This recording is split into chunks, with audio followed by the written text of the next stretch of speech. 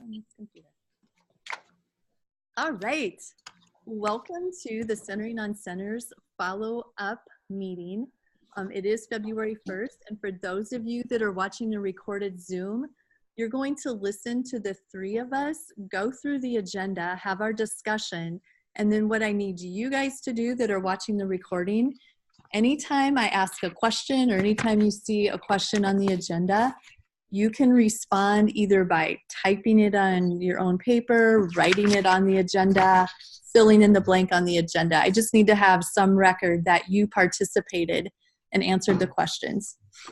So we're going to go ahead and start with our names, where we work, and sharing a favorite childhood memory that involves you and another person of similar age. So I'm going to go ahead and start. Chris, do you mind introducing yourself? Yeah. Hi, I'm Chris Schrader, and I work at the OABCIG school system in the preschool room. I'm a paraeducator, and I work in the Odie Bolt building. And probably one of my favorite childhood memories, when I was growing up, I'm from a family of 13 children, so we always had plenty of people to play with, and we would have cousins over. And one of my favorite memories is getting together for picnics and just having lots of fun and exploring the farm. And then at night we would always play hide and go seek, and that was just one of my favorite memories of being with other kids. And my siblings were all about 1.5 years apart, and we would just always play hide and go seek. And it was always a fun game for me because you got to learn to be creative on where you hid, and then you got to try a new strategy each time of how am I going to get to the base each time. You know, am I going to hide behind another object all the way up? Or am I just going to dash for the base? Or am I going to crawl through the grass or whatever? But it was just always fun on warm summer nights getting together and playing that. Absolutely. It sounds like a lot of fun. And I'm assuming it was on a farm. Yes, it was on a farm. We were raised on a farm and did lots of fun things like that. And those are the best. I like memories like that. All right, Lisa. My name is Lisa Henderson. I teach at the OABCIG Elementary School in the Battle Creek location, and I teach transitional kindergarten. Today is our 100th day, so it's pretty exciting here at school. And one of my favorite childhood memories is I have one sister, and from tiny on, I wanted to be a teacher. And so I would come home with all of my school papers and all of my stuff, and I would always reteach my dolls. So one time my sister decided she was going to make balloon-headed people for me. So she stuffed clothes and she blew up balloons and drew faces on them, and then she set them all up in chairs in our family room area. And oh my gosh, I had the best time teaching my balloon-headed people. And that lasted until their heads deflated. So, but anyways, I guess that was, I always wanted to be a teacher, but yeah, that was probably one of my favorite memories of childhood, but also teaching related. So that's awesome. And I like how both of you, I mean, it was family, it was siblings and cousins, and yeah, just playing together and using your imaginations. I love that. I'm Brenda Jenkins, work with Northwest AEA, and I too grew up on a farm. My brother was 2 years younger than me. I'm the oldest of 4, and we loved playing outside, and it was always an adventure. I remember one time we pretended we were aliens landing on Earth, and we were walking through our grove, and the dog was some kind of an alien, so we couldn't let it touch us, and just running away. We dug a big bear trap and trapped my sister in it, and she still does not forgive us for that. But just lots of fun, lots of creative memories that all three of us have. And I bet the people that are watching on Zoom, I bet your memories are very similar, memories like that. think about our kids today. What kind of memories will they have if 20, 30 years from now, someone is sitting in a classroom asking them the same question? What kind of memories are they going to come up with? I feel like it's not going to be a lot of interaction with someone else. That's what I'm afraid of too. And it's going to be my favorite video game. I remember playing, by myself, no creativity. Uh-huh. And I do worry about that. So that's in their imaginary worlds. Mm-hmm. Yeah. Yeah, that is scary. It is. The younger people that'll be doing this, watching the recorded Zoom, I am curious to see how just your different generation, do you have some memories? Computer. So just curious. I always like to know. Yeah. So looking at item number 2 on our agenda, just thinking about centering on centers as thinking way back to the very first on Friday, when we listened to Ron Roybal talking about social skills and friendship skills. I was so busy taking a bunch of notes because I thought what he had to say was just amazing. I would like to know your opinion. What are your thoughts? What would you like to remember? I thought he was absolutely amazing. I mean, like one of the best speakers I've heard in forever. I took a ton of notes, could hardly keep up, really wanted to I'm sorry, I'm going to walk around as I'm talking because I have to hide some 100 candy kisses before my associate comes back with the kids. But he was just phenomenal. I mean, I had never thought of the deposits and withdrawals like that. I'm not 100% sure I agree on all of that every time we ask them a question, that it's a withdrawal, because I feel like, sometimes my kids find that they feel like I'm interested in them when that happens. So it definitely made me more mindful. I just have to say, so I'm going to show you. Okay. This is what we did this morning when we came in. Can you see that at all? I can count to 100 by 10s. Yeah. Okay. And so they had to cut out these 10 scoops that were stapled in 2. And so they cut out 5. And I had kids that came in, signed in at the sign-in table, went to their spot, had all 10 of them cut out before I could even turn around and finish greeting all of the rest of them that came in, and literally were gluing them in order. I mean, just random order, gluing them all over their table spots instead of getting the blue piece of paper that was on the sand table. And I looked at Carrie, who came with me on Friday too, and I was like, look, we are better at this than we thought. And because we had glue everywhere. And I'm like, wow, okay, this is great. Let's get you a piece of paper. And it was just amazing. I had probably half of my class that did this project completely independently without a word of help. And then, obviously you've got the ones that need, a boost, and they need, a cheat sheet by them. But literally they wrote their 10, 20, 30, 40 by looking at the board. It was just amazing to me. And that's probably the first thing I really implemented this week, was just to really have a lot more visuals, whatever project we did. And some of those kids are just taking off with that. I mean, I think, we have a pretty structured routine, I feel like, and pretty visual routine. So I feel like they have already developed a lot of independence, but just to see how much it took off today was just, I guess, really eye-opening to me.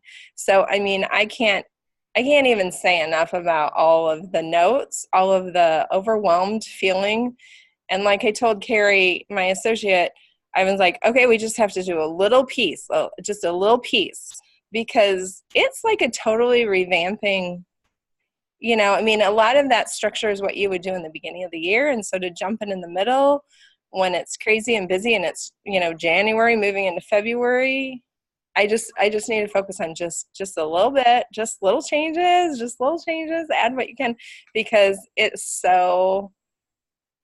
was so much exciting stuff that I could see happening. And, yeah. So anyway, that's my tiny little blurb. No, I totally agree. And I love it that you've already implemented. And you're right. There was so much good information that it's hard to do it all at once. And I too, like you, was just busy typing away as much as possible. I like it that you have already noticed. Do you remember what the 4 questions were? Remember you said the environment should be able, kids be able to answer 4 questions? Yes. So it sounds like when they walked into your room and saw those ice cream cone things, they knew, what am I supposed to do? What's the next one? What to do next? Or how do I know I'm progressing? Yep. How do I know I'm progressing? How do I know when I'm done? And then what's next? Yeah, what do I do next? What to do next? Yeah, that is something I think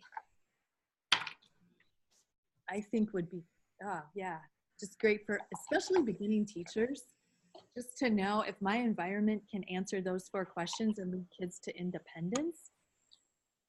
That's awesome. Yeah. How about you, Chris? What were your thoughts? I agree with Lisa. He was a phenomenal speaker, and he kept you, very involved and intent in his presentation the whole time. It was very good.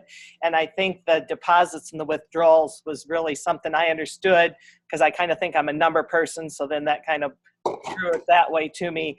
But it did shock me that for every one withdrawal that you needed 5 deposits to make that kid 0 on his emotional balance. That was kind of eye-opening. And then I also agree with Lisa. I don't think every question we ask is a negative thing.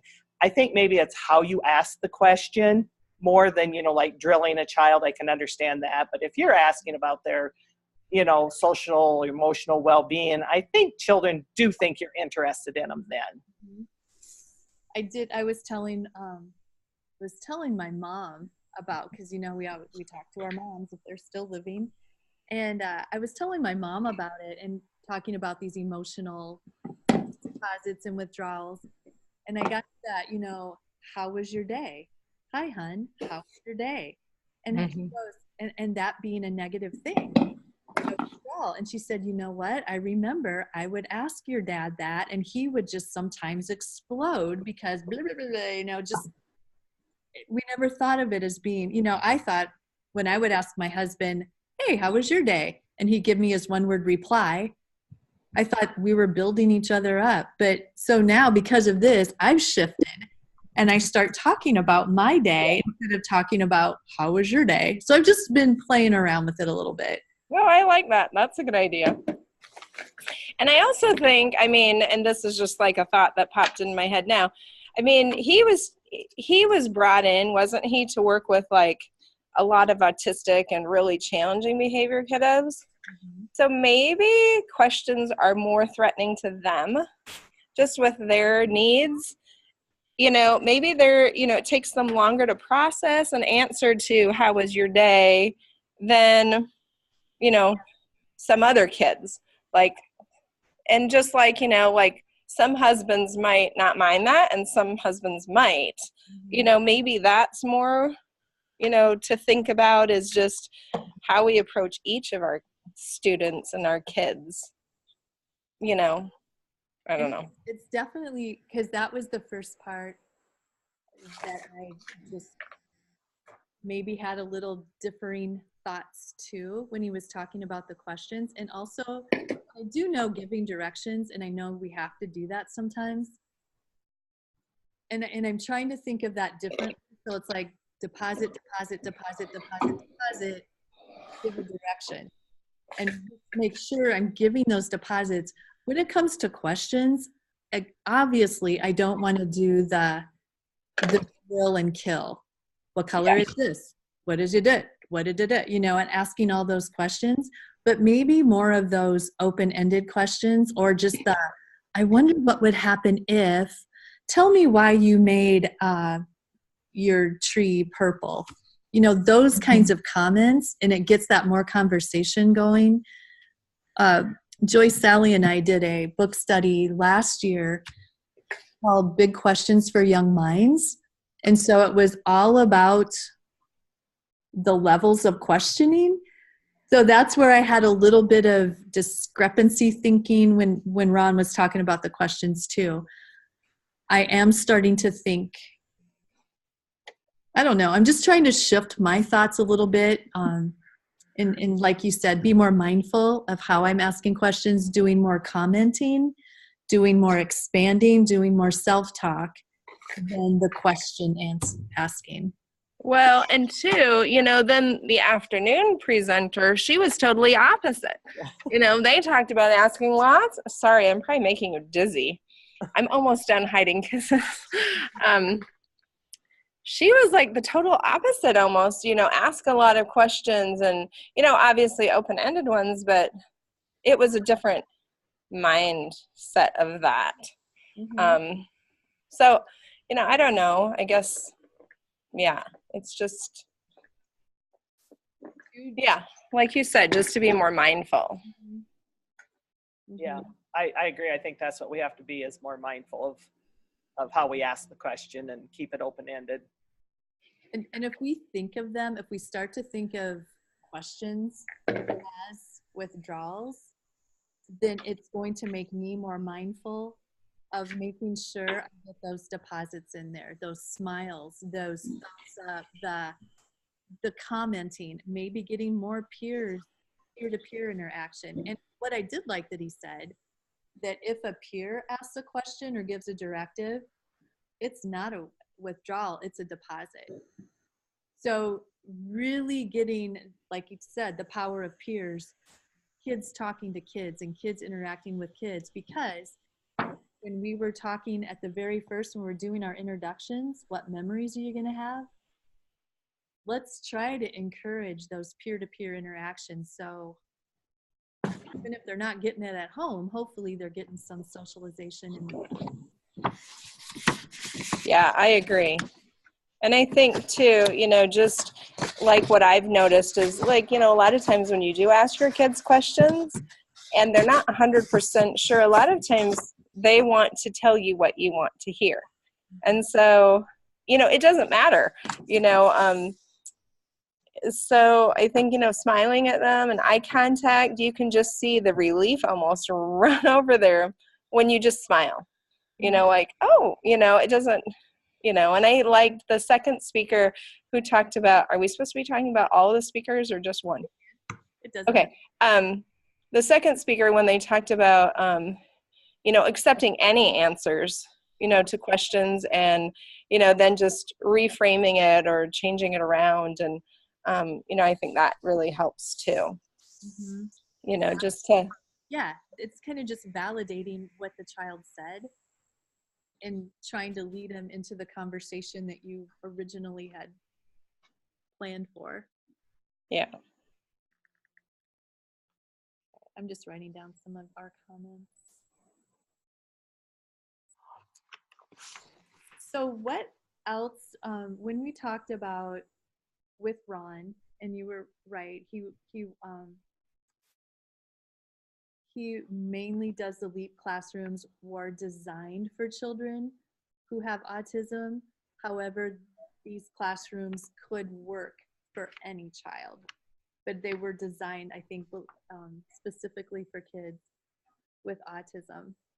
I did like that he said, I'm just looking through some of my notes here, that kids in LEAP classrooms make 1.5 to 2 months gain per month versus the average 1-to-1, one month. I like that. Yeah, that's amazing, isn't it? I know it. So tell me about what your thoughts were on social interactions when he said those back and forth exchanges. How are you guys thinking about getting more of those into your classrooms when it comes with adults to children or children to children?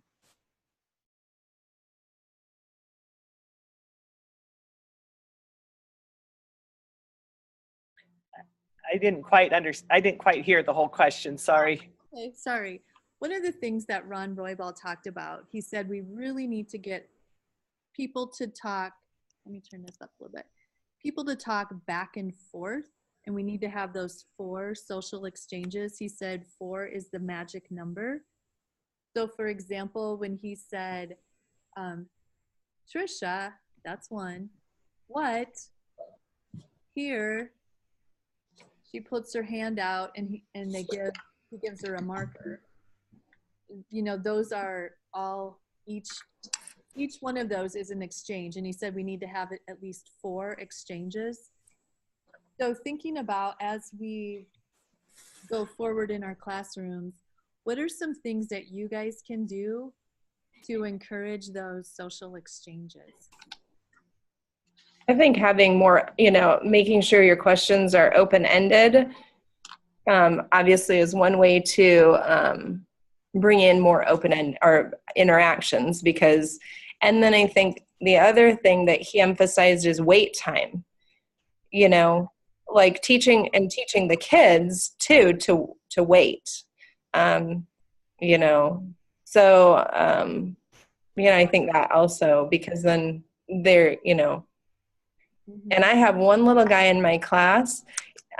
So when I was talking about everyone came in today and just got started, there was one little guy who's really, really struggles with that. And we didn't give any interaction. We didn't, he was looking around. They were all talking. We're making an ice cream cone. And he was looking at the board and he was smiling. And he just sat there for 11 minutes before he got out his scissors. So we just watched and timed how long it would take him to start to engage in the activity without any prompting. And he comes from a home where he is prompted on everything, very mothered and smothered, babied. And it was just amazing. So we're really starting to wait on him. Like if they need pencils for sign-in, I don't put them out. I just put them in the middle of the table so that they can ask, can you pass me a pencil, please? Because I can't reach them. Purposely putting things like that in their, experience. And then when he got done cutting out, he just sat there and waited and didn't do anything. So like for him, if I ask it, like he brought 100 little collection, they had 100 homework today, or they could bring it any week. He brought his today, and I said, what did you, for my 100th day of school, I brought, and he had 100 pieces of macaroni glued on his. And I said, so what, show your friends and tell them what you brought for your 100-day collection. And it was probably 35 seconds, I think I counted, before he responded, macaroni. He's just so used to other people jumping in. And so I think, wait time is a hard thing, especially when we're clipping along in a class and we're on a time frame. So, hurry up and tell us the answer. And it's hard. So anyway, those were, I think, the things that stood out for me without looking at my notes. No, I loved what you said, because when you first said that you waited 11 minutes, in my head, I'm thinking, oh my gosh, why didn't you help this child? But because you know this child and you know his home life and you know that he's been prompted and pushed, I love it that you know him and you're giving him the ability to take the initiative to figure it out and to problem solve on his own, because those are the skills he's going to need. Yeah. I mean, and then I thought, oh, it's going to take him forever, because sometimes he's really pokey and slow. But he was not he wasn't one of the 2 that was sitting in the classroom at the end, finishing theirs to go to computer. He was done really pretty fast. Once he just got started, yeah. So we're trying to decide if he's lazy. Like he thinks if he waits you out, you'll just jump in and do it for him, which I'm guessing is what happens a lot at home, you know. So there could be a tinge of that if he's insecure, like unsure, and he has to just really get to know the situation to know what he's supposed to do. But, you know, we're still playing with some of that. But yeah, he is definitely, and he's not sitting there frustrated. He's looking around and engaged, and he just doesn't do it.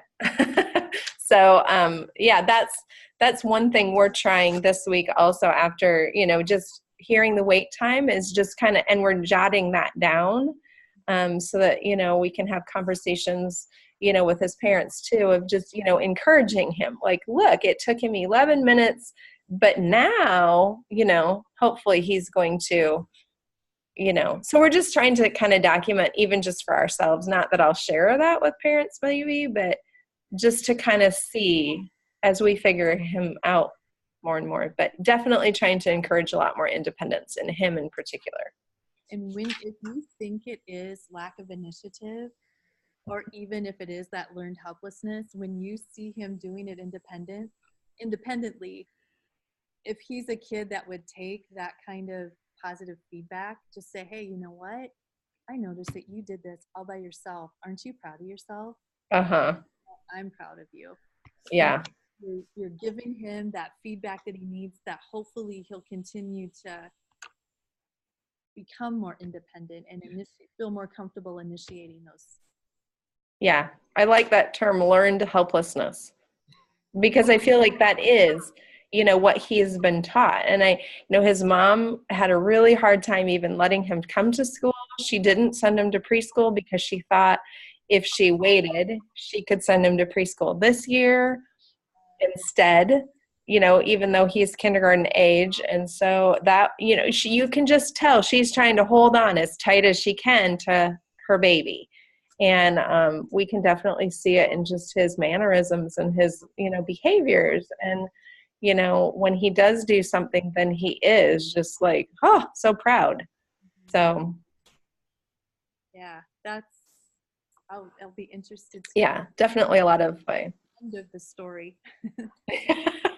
How about you, Chris? You know, we've had students like that prior too, and I wasn't for sure. It was definitely the home life, but I didn't know. I always felt like maybe they came from a very unorganized home life, that they just thought, I don't know, we kind of wing everything. Let's wait till the last minute. I kind of always felt like that with some of our students that were that same way. Mm-hmm. I think that situation does encourage that kind of behavior too, you know, definitely. They kind of sit and wait for you to go do it for them, organize it for them, you know, get them. A lot of ours was like getting the snow pants and boots on. They're going to sit there and wait until you do it for them. And we wait 15 minutes for them to do it sometimes, but that's what we try to teach, self-dependence and that. Right. Well, and my feeling is, you know, kindergarten moves so fast and they have so many, you know, just things that they have to do. And it's like, I really feel like my job is to get them as best ready, you know, to be independent for that situation so that they feel more confident, not necessarily just to help the kindergarten teachers, which obviously that's helpful. But it's like, you know, how stressful that is when we don't know how to do something or what to do, or we're not really confident in our ability to do it well and quick and good. That's just stressful, you know, for me. And I think, you know, it's like, oh my gosh, you know, like 20 kids are getting ready for recess and I don't know how to put on my pants, you know. Just the faster and easier they can do things on their own, the more confident they're going to go into kindergarten. And I guess, you know, that's my goal, mostly because I want my kids to feel good about themselves and I want them to feel confident in what they know and how to do things. And so I feel like my job as a teacher, so when I sit and wait them out, it's not necessarily to be stubborn, which, you know, sometimes, you know, your personality is like, yeah, I'm strong-willed, I'll wait you out. You won't, you know, it's not that. It's, you know, it's just, I have more time. I do move at a slower pace than their next year is going to be, and we have the time and we have the extra hands to do that and to, help them be successful for themselves. Yep. I remember going to, it was probably a workshop or something, and one of the speakers said, if you want your child to have lots of friends, before they go to kindergarten, teach them to tie their own shoes. Because if they can tie their own shoes, then they are the helper that can tie other people's shoes. So as you were just talking, I thought, you know what, that is, those kids that have those low social abilities, if you can teach them to zip and to tie, they Yes. And I was looking at his 4 skills for social skills: the play organizers, the ones who can share, the ones who are an assistant, and then the ones who can give affection. So I'm like, being an assistant, wow, if you could teach those kids to zip and tie and say, hey, if anybody needs some help, ask Joe over here. He's really good at tying shoes, or really good at zipping. Yeah, very true. That really builds their emotional bank. Yeah, because those interactions are building, giving deposits, and look how many kids do that. What did you guys think about, it's part of the LEAP curriculum that Ron was talking about, to get somebody's attention, the tapping on the shoulder, the look at them, say their name, and then do whatever's next. What do you think about that? I love it. I do too.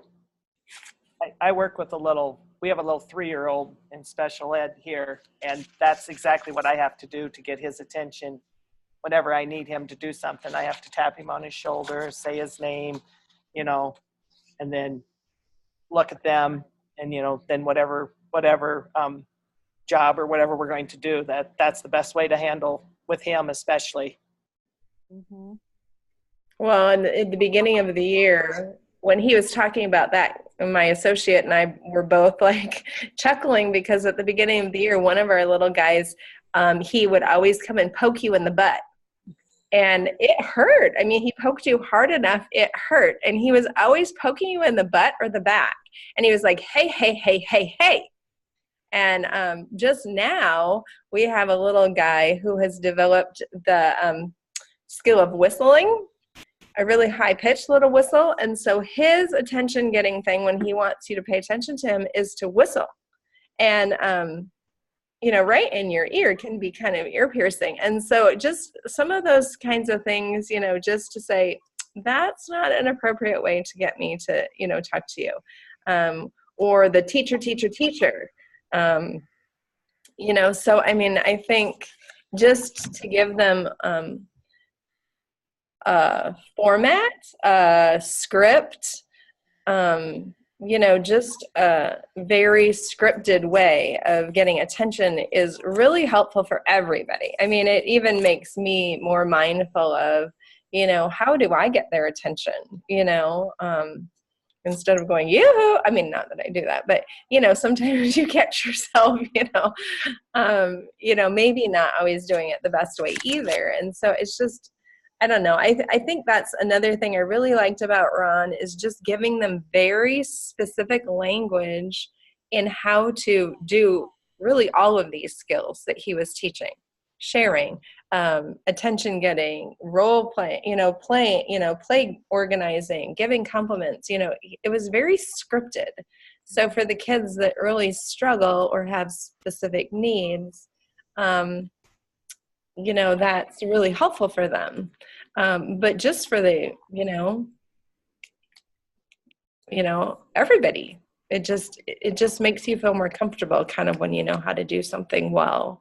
Or, so anyway, yeah.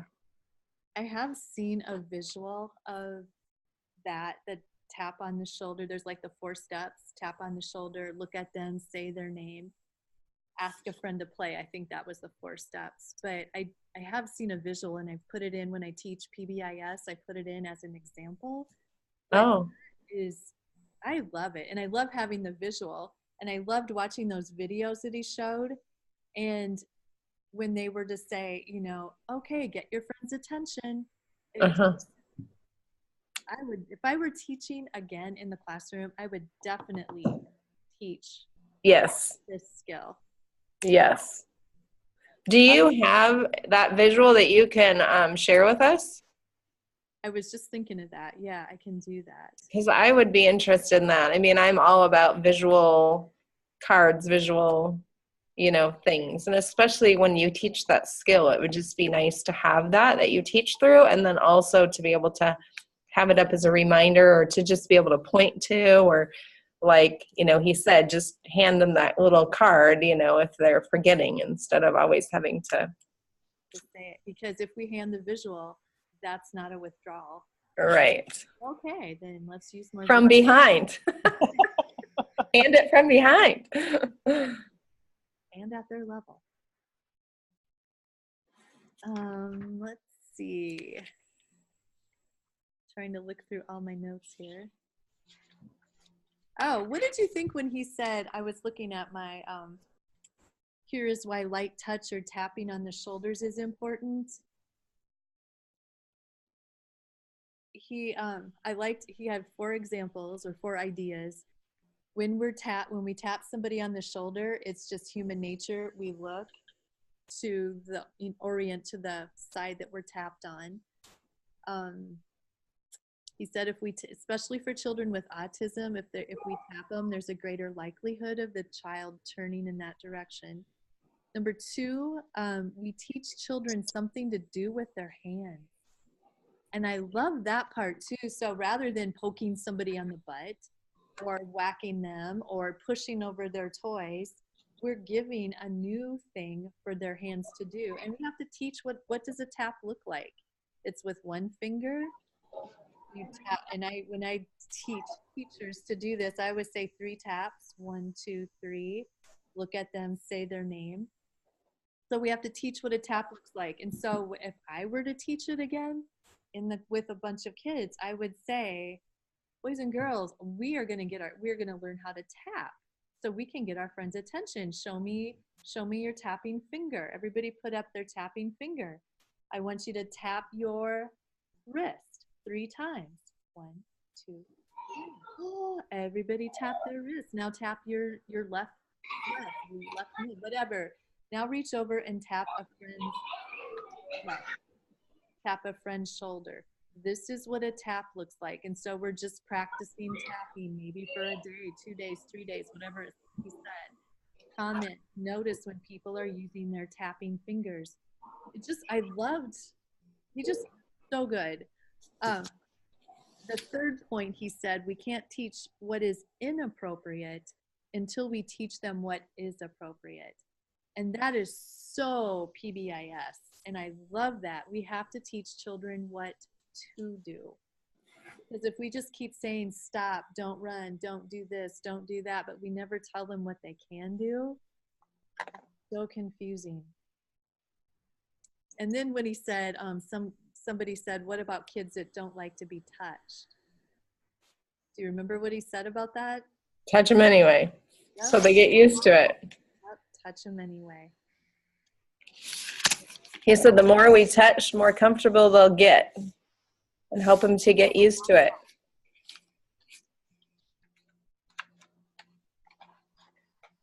I wrote down I think as long as it's the correct way to touch, I think it's okay to go do it. But if they're doing it improperly, then that is hard for the ones that don't like to be touched, But I think if it's doing like the 1, 2, 3 touch, I think that's good. And just, we have to teach them what a light touch is, because I had one teacher say, oh, well, my child is going to go 1, 2, 3, and say, oh, that's a poke. Remember, we're doing a tap. Taps are gentle, light touches. 1, 2, 3. I like how you have, like the idea of teaching, tap your wrist, tap your knee, so that they can feel it. And, you could even do the same, add in, poke your wrist, poke your knee, feel the difference, And then, we'd never poke our friends because we don't want to hurt them. And, things like that, just to help them. Yeah, I like the tap and poke, teaching. Yeah, because you taught it properly the first time, and then to let them know what's improper. Right. Yeah. Definitely teach and practice that proper first before you would get to the poke. Right. And I would definitely, yeah. So many visuals we can use. I'm just, thinking about appropriate touches. You've seen the 5-point scale. Have you guys ever seen that? And so an appropriate touch, I have this one that I use, which I can share that too. It's just looking at appropriate touches, and it gives a thumbs up or a thumbs down. So can we play by ourselves? It's kind of like, how do we play? Can we play by ourselves? Is that okay? Yeah, that's okay. Is it okay to play beside somebody? Yeah, so I have a picture of 2 kids playing beside. Is it okay to take turns and touch people in a gentle touch? That's okay. Is it okay to destroy their property, knock over their whatever? That's a thumbs down. No, we don't do that here. That's a level 4. That's an orange. We don't do that here. We do 1, 2s, and 3s. And is it okay to hurt their body? No, that's a thumbs down. We don't do that here. These are 1s, 2s, and 3s. We can play by ourselves. We can play beside another friend, or we can play with another friend with gentle touches. That's what we do in our classroom. So that would kind of go along with the poke too.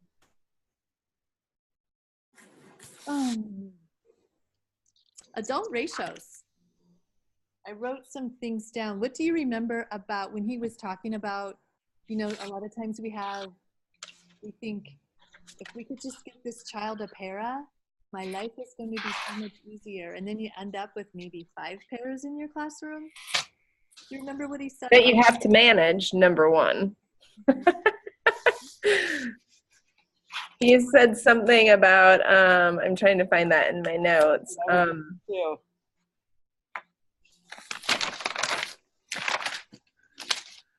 Remember the idea, I just don't remember what he said exactly. Basically, teach your kids to be the teachers, because that's who they want to learn from anyways. And so use your peer teacher opportunities. Mm-hmm. Yeah, he said more adults is not necessarily better, because you're right. It's we're trying to tell our paras what to do, and paras are trying to figure out what it is we want them to do. Do we want them to interact with this child? So yeah, teach your kids to be independently, set up your classroom so the kids can answer those 4 questions. I was looking at his cell phone usage and just thinking about the still face. Remember the still face experiment that both ones used that, which was kind of cool. But I never thought about it comparing that to cell phone use. Mm-hmm. And it's so true, because we see so many parents not engaged with their kids because they're on a device. Do you think it would be somewhat different? I mean, slightly different, because the mom was looking at the baby. I don't know. You couldn't really tell from the experiment. I thought about that too. Was she making eye contact with the baby? Thus, it would be more frustrating because you don't understand why they're looking at you but not responding. Like at a cell phone, I think there's a level of they're not listening to me because they're listening to something else. Whereas, if you're staring at them and not interacting, then it's slightly different, but obviously the same. I think emotional frustration and response. But I do think that would be slightly different if she was looking at the baby. She might not have been making eye contact with the baby. She might have just been staring at the baby's belly button or something. You couldn't really tell from the experiment, but that was one question that ran through my mind. I never even thought of that before. But you're right. I think she was staring at the baby, looking at the face with an emotionless face. And so baby is used to that back and forth I make a sound, mom makes a sound, she mimics my expressions. But it was just amazing to me that the little baby was just trying everything in its power Mhm. to get mom to respond like she normally does. Well, and I think too, go ahead, Chris. Were you saying something? No, go ahead. Oh, I think too, the baby moved to such a level of frustration so fast that I think if the mom hadn't been staring at her and not responding, she maybe would have just tried squealing or making more noises to gain attention rather than moving to, crying in frustration so fast. So, you think about that in relation to cell phones when we're just staring at the cell phone and their behavior starts to scream for attention. I mean, it becomes the level of frustration, I think, or they just give up. But sometimes I think their behaviors are because they're trying to gain our attention and the only way they know how. And I think you're absolutely right. I know we went out to eat the other night. This was almost in an opposite situation. Just looking at them, not knowing the people, I was guessing there was a grandma, a mom and dad, and a boy. And the three younger ones were all on cell phones. And I thought the grandma looked so sad sitting there with them and nobody carrying on a conversation. And I wished that I had that video. I think I'd have gone over and just propped it up in front of them and said, just watch this, will you please? Because the grandma just looked so sad. And I thought she might as well just stayed home by herself and had supper because nobody's even talking to her. I just thought it looked so sad. Yeah, that is sad. It is. Yeah. Well, thinking about Ron, and then we'll go to Dr. Beecher. Anything you can use from what he said, from either the social skills, routines within routines, we didn't even hardly talk about that. You can use in your personal life?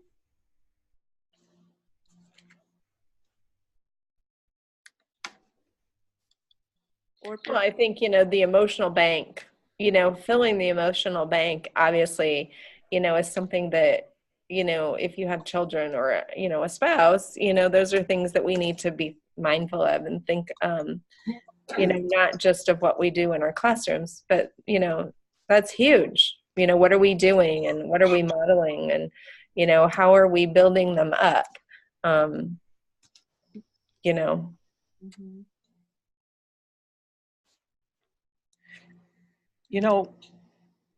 I agree with all that. I had one question on the routines part.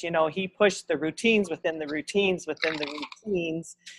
Sometimes I question, do we do too much for our kids that they don't think on their own? And I know it's kind of to build their self-confidence so they're ready, to go to an older grade. But sometimes I kind of wondered throughout that, and I didn't want to be negative because I thought it all sounded very good, but do we do too much prompting that our kids can't sometimes think on their own to know what to do? I don't know. I guess I look at it, when I go to, let's just say I'm going to go fly, I'm going to an airport, and if I didn't have all of my steps, and I'm kind of a nervous person when it goes to stuff like that, so I print off, what am I supposed to do? What am I supposed to take? So I have that, have my itinerary that I look at 17 times, and everything is planned out for me. So then hopefully I don't have to ask those questions because I have it all right there. But I know I can ask if I need to, but I'll have to stand in a long line. I don't know. Good question. Good question. I think when he talked about routine, go ahead. Sorry. No, go ahead. I think when he talked about routines doesn't equal redundancy, and doesn't equal restrictions.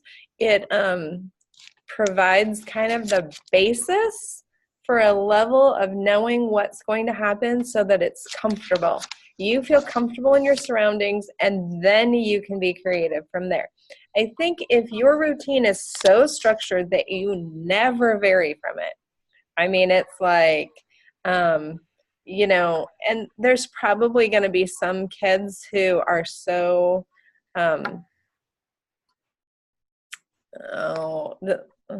just really struggle with like OCD type behaviors, that it's hard for them to branch out.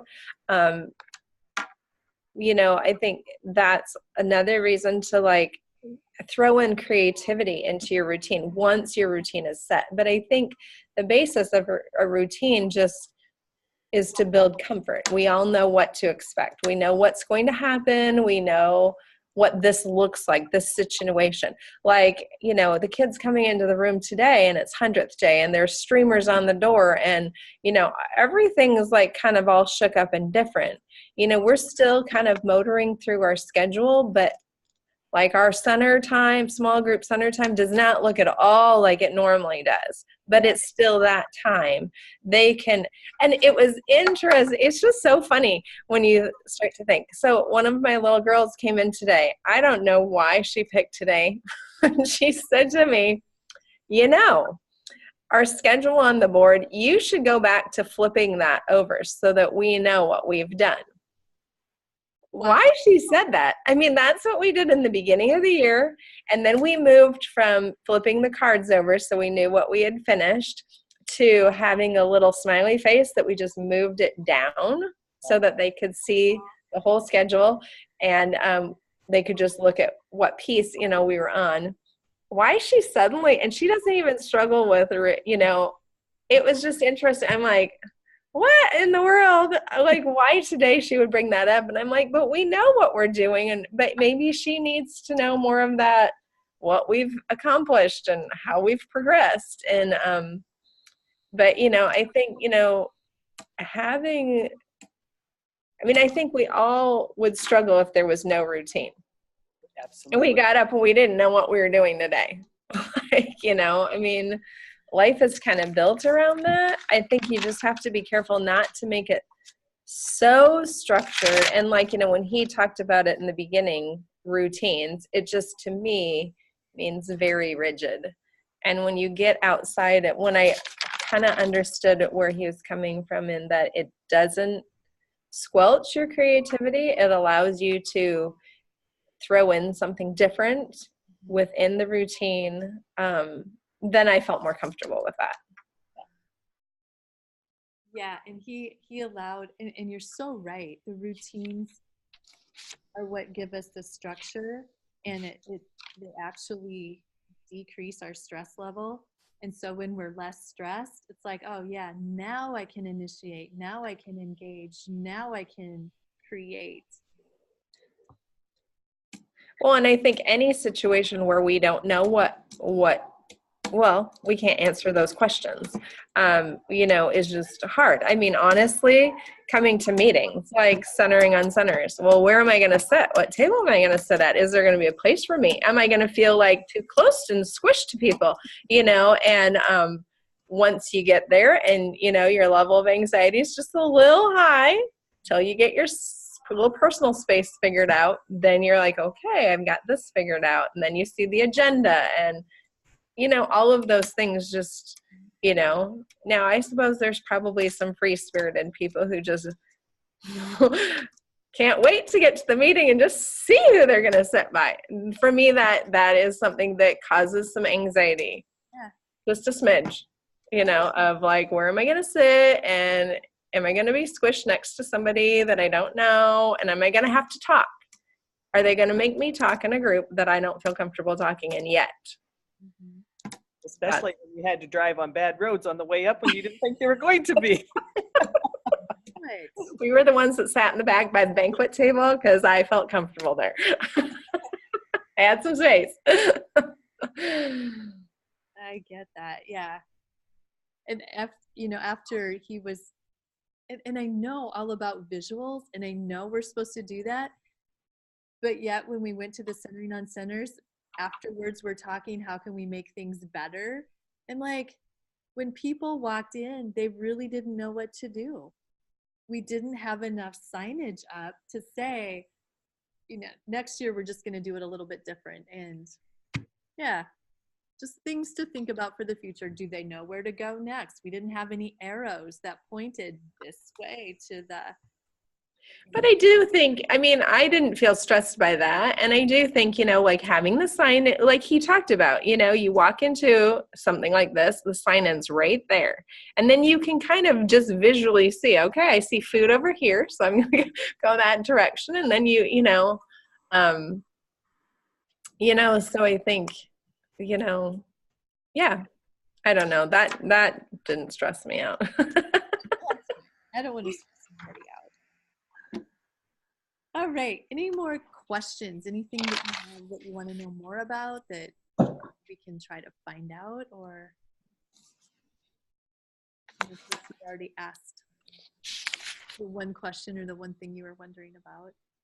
Too much structure. Let's talk about Dr. Beecher. Are you ready to become a brain builder? And I'm going to grab my notes from her. Thinking about her presentation, what are some things that you definitely liked about what she said and that you want to remember?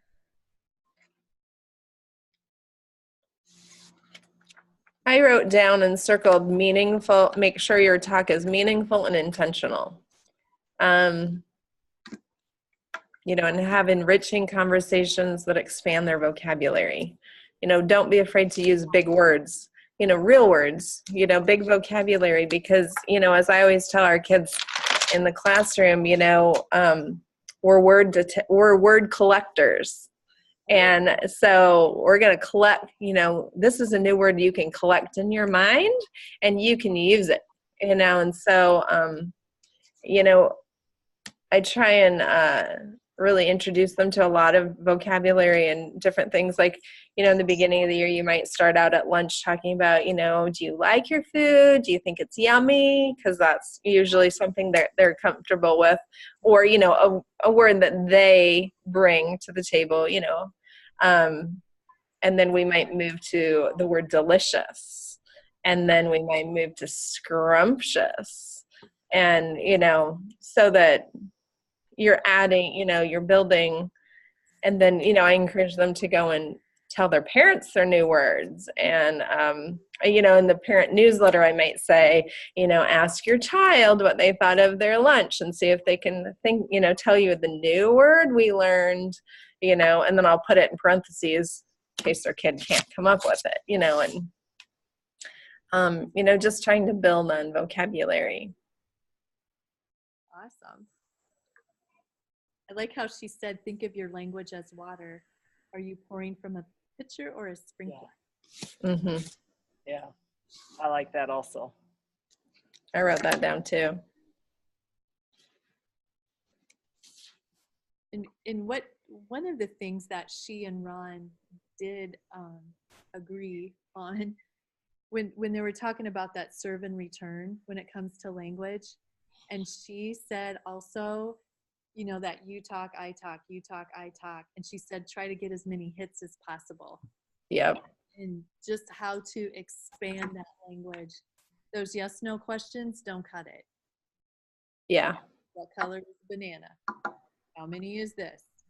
And kids, when you keep asking those kinds of questions, they want to get away from you because they feel like they're being quizzed all the time. And I was telling one of my friends, because I like to share what I learned. So I was at an event on Sunday, and I was sharing one of my friends some of that conversation, from Dr. Beecher and from Ron, and talking about kind of like what I said before, when you ask your kids, who are you gonna hang, your teenage child, where are you going today? Who are you gonna be with? What time will you be home? And the kids automatically shut down. And she's like, wow, I do that. I am pulling from their emotional bank and just trying to reword things so we can have those back and forth conversations and not just putting up the walls. But I like how you said in the beginning of, today that, like when your husband, when you start asking him questions and he would, maybe you were using an example, but how you can start talking about your day and, you can, enter a conversation by talking about yourself, and then it kind of, warms them up to that. And I think, I mean, that was, I liked that, and just another thing to think about for me. You look like you were going to talk, Chris. No, I agree with that. That is a good way to approach it, rather than asking them is start talking, how your day was, and then hopefully, like you say, they'll open up. When she was talking about one of my notes that I wrote down, she has her ask strategy. So she said, when you're trying to get that conversation going, she says, ask, it's the ASK, ask an open-ended question. So ask their opinions, things that you really don't know the answers to. And I do remember her talking about, she said, kids know when we know an answer, but we're asking them anyway. She said, instead, ask them questions that we really don't know the answers to. And the S was stretch the child's answer, so expand on it, add new information that the child may not be familiar with. And then she gave those examples like, did you know? Or that can also be used for. And then that K was the kid repeats the new information.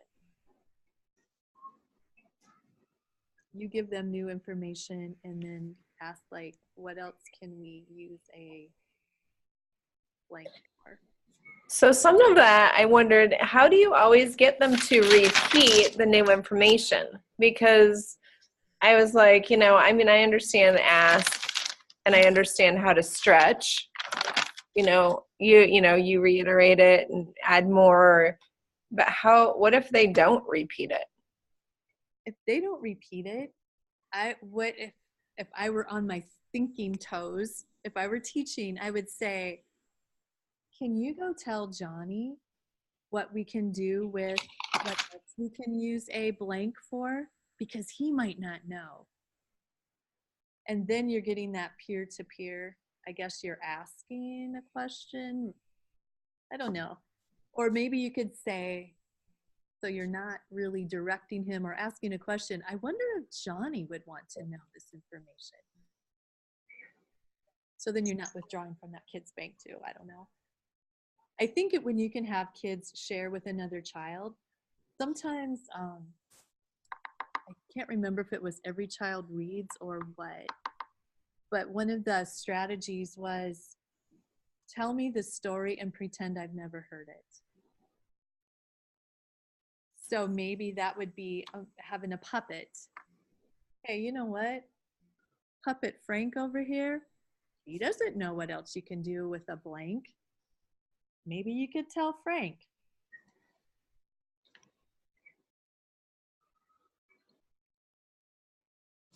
Yeah, I think that's true.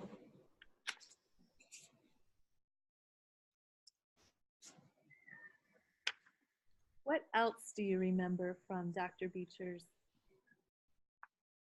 I like the one part where it said, follow the child's interest when reading a book. It's more enjoyable and opportunities to respond. Like they said, if it's a little child and they just want to flip the book back and forth, that's kind of what they want to do. And that is so true. It's enjoyable for them. And then maybe eventually you can get to, read a page or two for more of an infant type thing and then get the whole book read. But yeah, that makes so much sense. Absolutely, because we want reading to be enjoyable. I would love for all of the children that I've ever taught, future children I might ever teach, I want them all to love reading as much as I love reading. So you want it to be enjoyable. And if they feel that you're just doing it because it's on our agenda, got to get through this, so then we can do this, so then we can do that, and it's not fun or meaningful or engaging, then kind of why bother? I mean, we have to, but very good point. Yeah, I wrote that down too. It's the AEIOU part, wasn't it? Yeah. Make books accessible, and then that engage the child, the E. Make the focus of book time about interacting with the child and the book and not just reading the words on the page. Yeah. So thinking about that, and I don't know if you guys have taken Every Child Reads or not. Okay. A long time ago. Yeah, me too. When you're engaging, when you're reading a book to your student, are you letting them be a part of the story and ask the questions? And are you pausing, ooh, I wonder what's going to happen next? Or is it, and you don't have to answer, but just think about the differences, really getting kids involved, or, be quiet. I'm reading the story here. Nope, no questions. And then at the end, you close the book and you're done and you don't talk about it. Or do you close the book and say, does anybody remember? And then start kind of getting that comprehension in there. Yeah. I like to sometimes like turn the book around so they can't see the pictures, and I'll flip the page and I'll just read, and they're just like, and then it's like, wow, or especially like, kind of at the climax point in the story, and they're all like on the edge of their seats or spot, then you'll just turn the book around so they can't see. And I love to do that. Some books lend themselves more to that than others, there was an old lady who swallowed a book, and then you turn it over before it, outspits,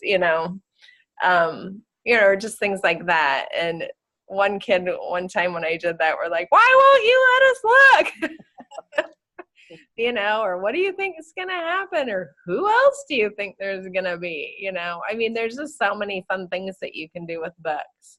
Mm-hmm. So, and books are so fun to read more than once. Everybody thinks you just need to read a book once, but to read it several times in the week, and then to hear them answer it before you even finish the page. That's what's fun about it. And then they'll all read the join-ins. the story. Yeah. Mm-hmm. Totally correct, Chris. And now, I don't know if it's new thinking, but there's more research that says, yes, we need to read books over and over and over again, because that helps them connect, make those connections, and they might have new thoughts, and it just expands their comprehension. It's really good. So yeah, glad to hear you say that. Kind of like reading a book and then going to the movie, that kind of thing, picking up different things that you missed or vice versa. Oh, yeah. And in our free choice time, like we have, like a lot of times I'll have a book on CD or something like that. Like Chicka Chicka Boom Boom was, is always out as an avail, or Pete the Cat. And when I like let them listen to it, I don't put headphones, so they can just, they just can turn it on.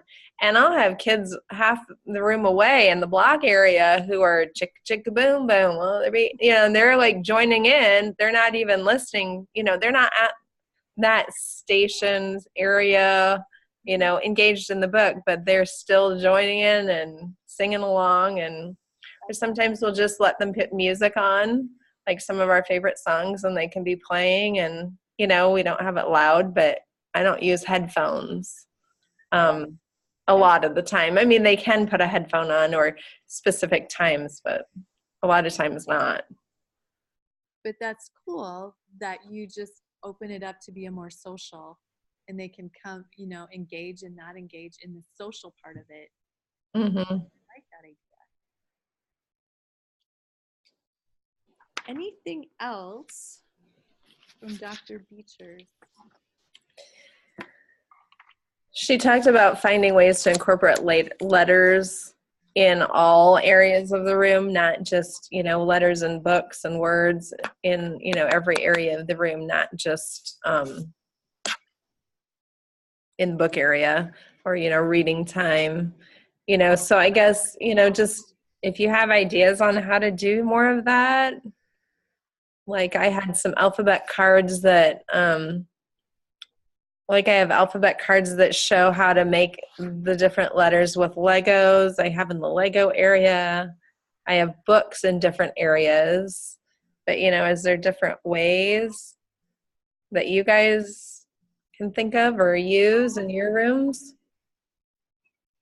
I remember back when I was teaching, we would have one in the game Math and Manipulative Center, we would do Go Fish. And so there might be letters on the fish. And when they would go fish, it's like, whoa, what fish did you catch? Oh, I caught a big M. Yeah, you did. And you got the same kind of fish, or did you get some J's and some K's over here? What else did I do? Back in my day, we didn't have to have super healthy snacks. And so I remember doing the crackers and the string cheese or whatever. And so I would ask the kids, what letter do you want me to put on your cracker? Oh, that's a cute one. Letters on. I've seen where you can do Candyland with letters and like sight words or whatever. I bet you could play like bingo with bingo letters, or just on your card. And then I was also thinking, my associate and I were kind of trying to brainstorm different ways to also add peer, like kind of the Ron social aspect to every different area. So we had thought of like doing pictures of them standing, or even like stretching their arms out and putting those on those little tall skinny blocks in the block area, so they could have people blocks. And then we have a little tiny those people that he did, that he laminated, and he put them on the little those little clips. Oh, So they could stand up. So we were going to make those in the smaller size to put in our little dollhouse people stuff. But like in the house area, all I could really think of, we have already on the wall in the house area, like family pictures. Like we have High Five for Family, and so we have all their family pictures there. But I thought about maybe like adding like a framed picture of our class. Oh, that's a good idea. I couldn't really think of anything else to do there. And yeah, I can't think of anything else for some of the other areas. If you have any ideas, even just for peers, like how to add peer pictures, peer ways to play. I've seen people do like the books, kind of like what you did with your family pictures, and then they put it in a classroom book so kids can go and flip through their family pics. They might have like the friendship art, where two kids make something together. Is a friendship art project. One of the things when you were talking about getting letters in different parts of the day, you can do this with anything. One of my favorite things to do when I was teaching, you've heard of musical chairs, obviously, we all have. But what I would do when I did musical chairs, we'd start with the same number of chairs as students, and I might put different letters or shapes or colors, and then when they would stop, they would have to tell me what letter, shape, or color was on their chair. Well, then when I would take one away, I said, oh, now we have 10 kids and only 9 chairs. That means we have to have a share chair. So then, so they have to, at the very end, the whole classroom had to find a way to get on the chair. One little piece of their body or something. So it made it more fun. It made it more problem solving. Everybody still got to participate, and there was still while they were doing it. I know sometimes we put the letters that we've learned through our Handwriting Without Tears book. We'll set those letters, and then they have to go find objects to put on it that have the same beginning sound as that letter. Okay. And then it's different, whatever they want, and then we put the toys away during the day, and then the next day we put them out, and then they can find different objects for new letters. We do X amount of letters and then go with the next so many we've learned, and just have those sitting out for a while. That's cute. Especially since Handwriting Without Tears has those big cards. Do you just put those cards out and then have them put the thing on the cards? Actually, they're ones I made myself. I just kind of traced the big line, little line. I traced them all, and then I colored them with markers and then put them on a colored construction paper, and then we had them laminated. So we have the entire alphabet laminated that way. So they just put items on those cards. Yeah, that have the same beginning sounds. Or that begin with that letter, I should say.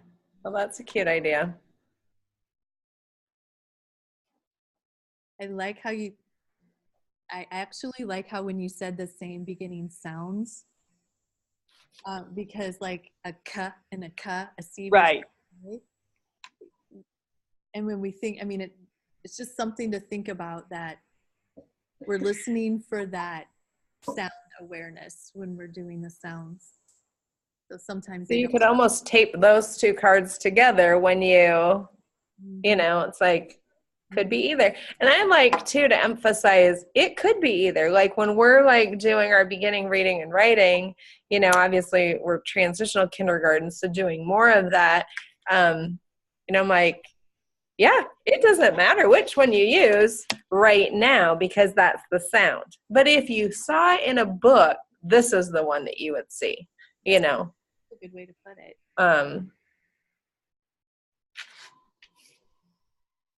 One of the things I read, it was a year ago, I was reading Time magazine and they had this special edition about emotions.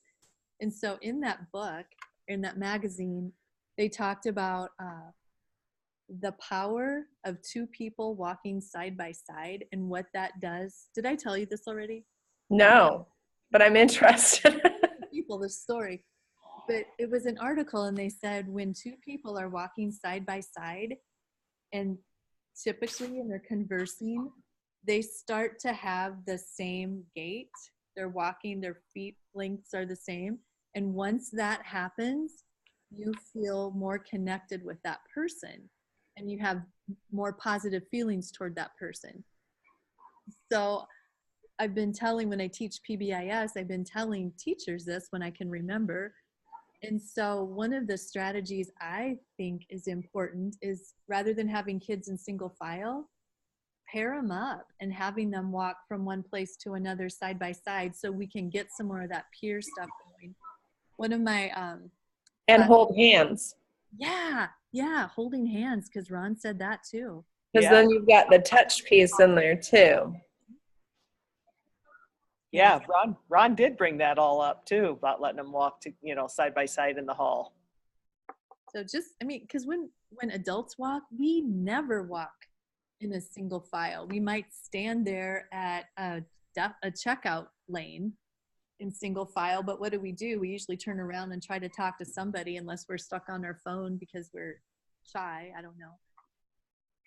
But yeah, that's something I would do differently if I were teaching again. I would have my kids pair up and walk down the hall. Anything else we want to discuss about Dr. Beecher, or any questions that you have? Anything you've done differently because of what you learned from her? Something that you've done already or something you want to put into your program?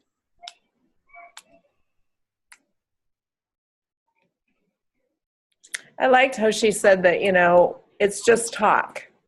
We're all good at talking. You know, and so like this, you know, her skill didn't involve learning something new or how to do it, you know, I mean, just talk. You know, and I think, you know, for some people who are like, you know, but I think we also have to realize that there are going to be we are raising a whole generation of people who do not know how to talk. They know the language, they just don't know how to engage in a conversation. Right. You know, they don't know how to answer a telephone. They don't know how to talk on a telephone, you know. Don't you think our technology with the texting has kind of ruined part of that? Yeah, totally. And, you know, I mean, yeah, it's just having conversations. Yeah. And that's, we did a technology our early childhood intentional teacher was on technology this year. And that's, we're trying to learn how can we do it appropriately. I don't even know where I was going with my conversation, but with something on being kind of like being media mentors, we need to really teach children how to communicate, but how to use technology appropriately. And solo being on your phone is not using it appropriately. But like even Ron said, we are raising it's a different generation of kids. Kids that I see so many that have never had a meal at a table. Mm-hmm. So they're shuffled from one place to another with all these different activities that they didn't get to necessarily choose, but parents are wanting to be good parents. It's tough. It's tough. Yeah. All right. Well, we do it. Did you guys want to take a break, like a 2-minute break in time, or you want to keep going? It's totally up to you two. I can keep going. How about you, Lisa? I can keep going, although I might have to I don't have a sub today, so I might just, my associate is in there and then the principal is kind of popping in. So connection. You can go check on your kids. I might just need to pop in and make sure she's feeling comfortable with what she's doing, but I mean, I can pop right back. So I will pause the recording, and then when you pop back, we'll just be back. And if okay. All right. I'll be right back then.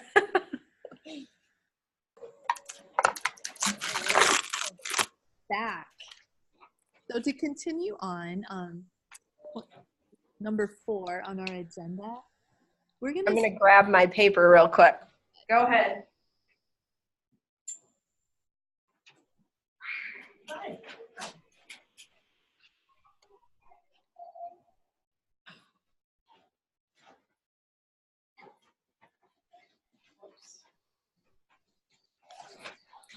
Okay. All right. So the next part, I just want us to start thinking a little bit about, and I titled it Looking Through Lenses.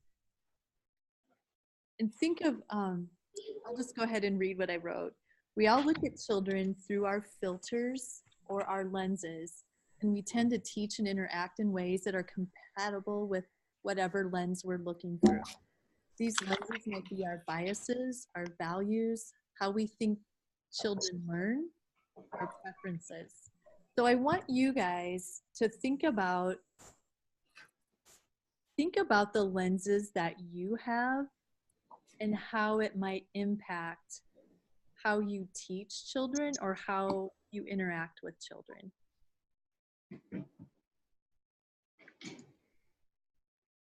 So I guess for me, I grew up in the 60s and 70s. My mom was a stay-at-home mom. We lived on a farm. We got to play outside. We had meals together as a family.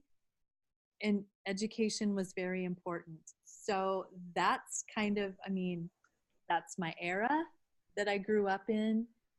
That these are my values. I'm white, middle class. My mom was from the South, so we got to go, and get a little bit of perspective from down there. But for the most part, I grew up in a white neighborhood. It's just different. So how I think about children and how my expectations, I love to read. I think all people should love to read. My husband hates to read. So, just different values, those kinds of things. I'm very easygoing. And again, I'm not picking on my husband. We're just very different. He's pretty high strung. And so we have just differences that way. We look at life from different viewpoints.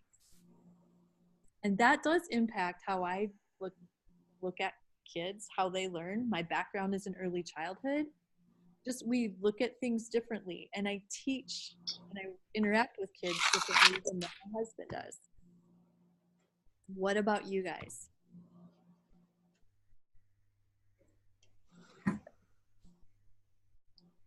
I guess I'm a lot like you, Brenda. I grew up on a farm in the 70s, 60s, and 70s. Um, my mom was a stay-at-home mom. We two ate meals all together at the table. I do that with my family. Before I started working at the school, I kind of did my own house daycare, and I made sure we all ate at the table together. And we didn't do the mac and cheese. I did mashed potatoes, gravy, vegetable. That's how I was raised. That's how I cooked for them.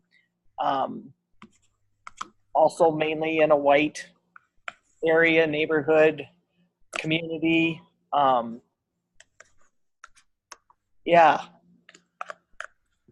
So do you I think guess. that impacts does that make a difference on how you interact with kids? Because these are your values. This is what makes you you. Do you think it impacts how you deal with children? Yeah, I do. I think I maybe am a little more laid back with them. I want that wholesomeness for them. Um, I love to read. I love to read to kids. I love to read myself. Um, yeah, I think it does impact it. How about you, Lisa? I definitely think that the background we come from influences how we look at things. I grew up as a missionary kid in Malaysia and Singapore. I lived in Arthur, Iowa, and was a part of OABCIG for my kindergarten and my 5th grade year. Those were the 2 years that I was back in the U.S. before I moved back when I was 16. And one of the big things that, I'm passionate about is and one of the ways that I use technology the most, and I did take intentional teacher with the technology. We YouTube all the time, different places in the world. And I just really want the kids to realize that the world is so much bigger than our communities, and that there are kids all over the world who are growing up feeling the same things as we do, wanting to be loved, wanting to have friends, learning, but it looks so much different. And so, when we talked about, Martin Luther King and the difference is, how we're all different on the outside, but we're all the same on the inside. Like at Christmas, we talked about, how people celebrate Christmas around the world. And that there are some people who don't celebrate Christmas because that's not part of their belief system. And, like when we did Chicka Chicka Boom Boom, we looked at YouTube videos from Thailand of coconut trees and, what kind of a tree that was, and that it's real, and that, they're really tall, and you have monkeys that are trained. And so we went through the whole thing on, how monkeys, are trained to, pick coconuts, and how they love their monkeys and they take care of their monkeys. And,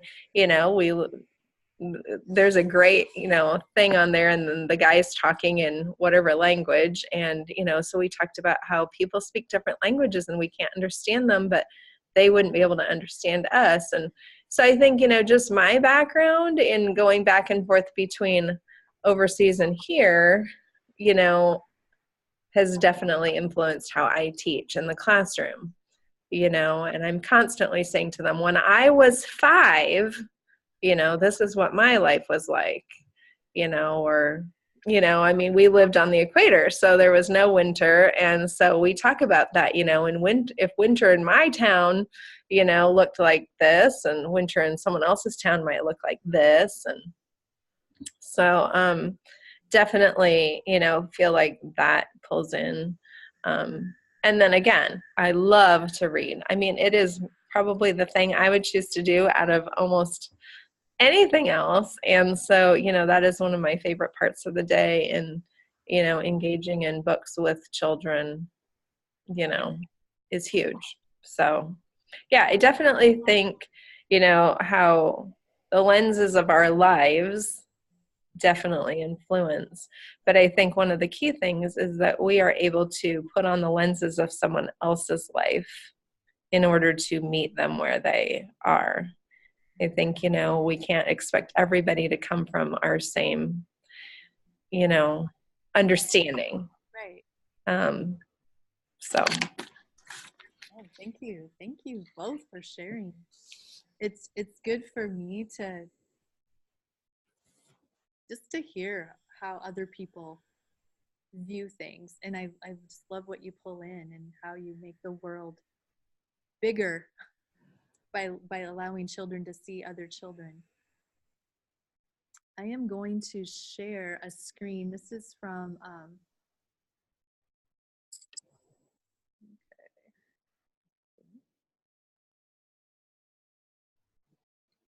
let me know. Can you guys see my screen? Just you. Just see me. Just you.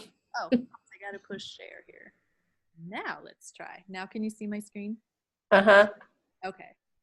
I'm gonna pull up a couple of slides from from PBIS. This one, it just talks about how culture influences our behavior, which we just talked about. What I really like is infants, toddlers, and preschoolers don't come to group care or school settings knowing what behaviors are appropriate or are expected. So that is definitely one thing we need to teach: expectations and teach behaviors. This is the one that I really wanted to share. So this is just an example, and this was in 2000, so it was 19 years ago. Don't know how accurate it is today. But here are just some things I want you to look at just between Caucasians, Puerto Ricans, and Filipino people. Differences in expectations. So just look at this for a minute. Wow. Wow. It's important for us to know and be able to see, like you said, other people's viewpoints. So if I were a Caucasian and I am working with a family that is a family, when it comes to weaning and they come to school and maybe they're still on a bottle, and I would have my own Americanized thinking on that. And we just need to know, and we need to have those conversations not only with our kids but with our families, so we can work through these kinds of things. Well, and when they play alone. Yeah. Or dress themselves. Right. When they are, I think toilet training was another one. Yes. That's about 18 months.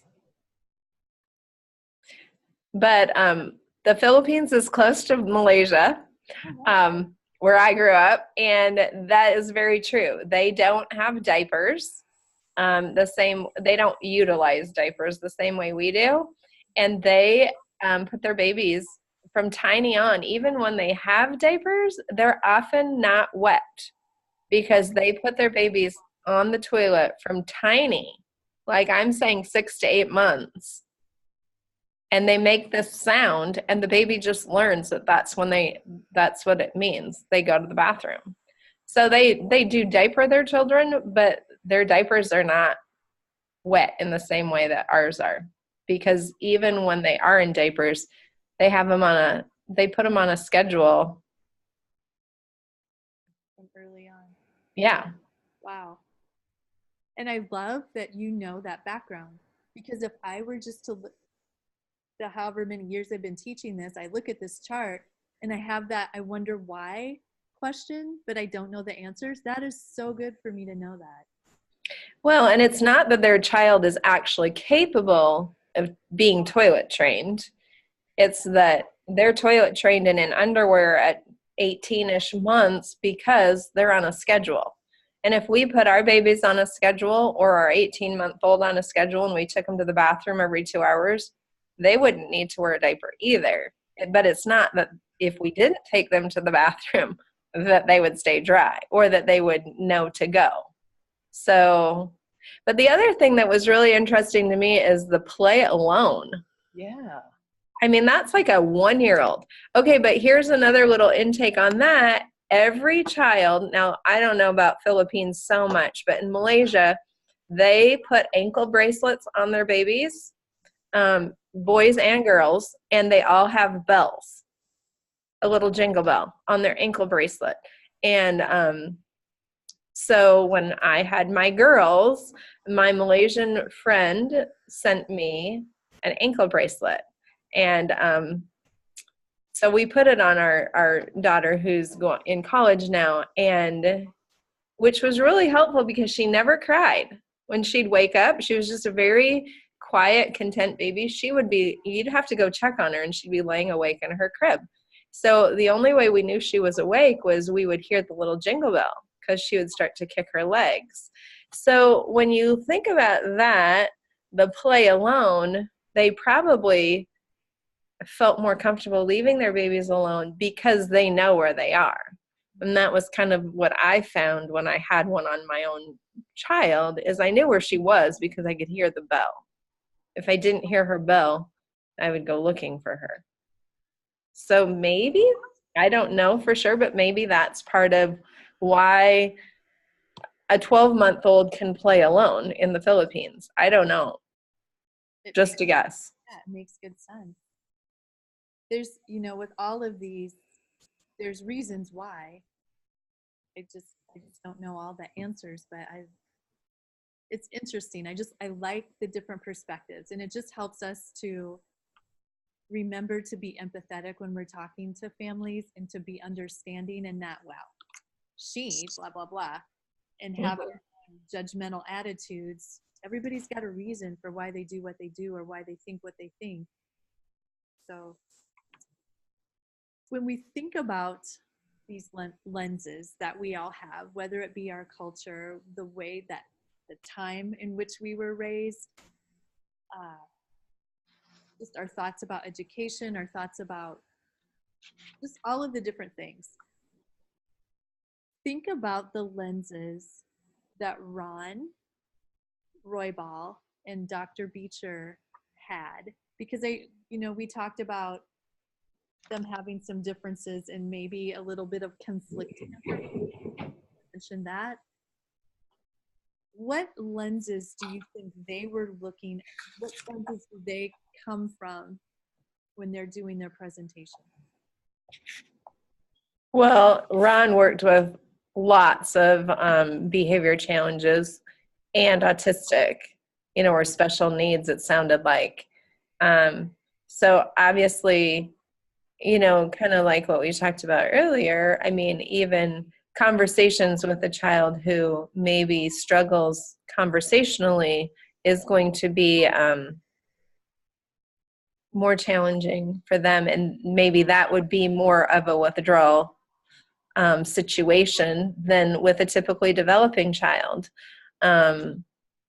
So that's obviously where he's coming from, and the kids that he was working with specifically, obviously did well with how he handled that. Whereas Dr. Beecher's maybe geared more towards typically developing children. And, asking questions, engaging in lots of conversation, that involves questions, open-ended questions, isn't as a withdrawing or as many withdrawals, or however you would say that, as maybe what he was saying. I think you're right. And when I look at their two different viewpoints, I agree. I see him as coming more from that social behavior, more of special children that have those challenges, and they really need to get that social piece in there. So his focus is a lot on social. Let's build them up. Let's look at it that way. And Dr. Beecher, a lot of her study has been, she's followed that Hart and Risley study, where we really need to we look at the socioeconomic gap of language, and so she's looking at, we really need to get language and literacy into our kids. So she's looking at it from that angle. Is there a right or a wrong? Can they both be right? I think it just depends on the kids that you have. You know, I mean, like when I was sitting there listening to that, I mean, when he was talking about teaching, sharing how to give something away. And, he talked about, 4 to 6 weeks on each of those skills, depending on, I mean, the kids that I have in my classroom, they don't need 4 to 6 weeks on sharing. And, I ask for it, you have to give it to me because, that's our skill we're working on. I'm like, that would frustrate them to no end. My kids are already to the stage where I ask for it when I want it. And I can say, not yet, or in 5 minutes. I mean, I can understand maybe doing a couple days of practicing that skill of I ask, I get, I ask and you have to give, to teach them how to give something away. But I wouldn't need to, spend long on that because my kids are already beyond that point. They know how to take turns and do that. So we introduced right away, these are the things you can say, not yet, in 5 minutes, set the timer, so yeah, not every kid is going to need all of that social skills and those social structures and those social pieces in the same way. And it's again, you have to know your students. And if you do have that one that really needs that practice, then you might want to do it for your class for them, whatever. Yeah. And you're right. It depends on your group of children that you have. So. And that's why I think you can't judge it. You can't just say, this is how I do it. This is because every year is going to be a new group and new kids, and every year is going to be a new way of, you have to plan year to year, and you have to, I think having information and training and learning on all of these different pieces is great because you're going to need to pull them in at some point in time. All the time. You're always going to be using pieces of this, that, and another thing because that's what works for the kids that you have that year. Absolutely. My husband's a carpenter, so I think of them all as being tools, an educational toolbox, and you don't ever know what tool you're going to need until you have the children. Get to your project. Yeah. And teachers need to have that flexibility in their teaching to pull all that in. I agree with you, Lisa. Mm-hmm. The next little chunk, I want to share a video. You guys know who Lisa Murphy, the Ooey Gooey lady, have you heard of her before? Okay, well, some people have. So this video, and I really apologize for the quality. It's a 5-minute video. There's like maybe 30 seconds where it's clear. But it's just kind of introducing us into multiple intelligences. So she talks about Howard Gardner and then created this, the many kinds of smart. So if you guys did print that off, we're going to be referring to that here in a little bit. It's again, a different lens that we use because we tend to teach to the kind of smart we are. And a lot of teachers are linguistic and verbal. We like to talk, we like that reading, or we're the math and logical. Those are usually the people that go into education. So we really focus on those two intelligences, but we have to remember that not all kids, that's not how they learn. So I do like her handout where, and again, we'll look at it in a little bit, but it gives us ideas on how to teach to all of our children. So let's watch the video.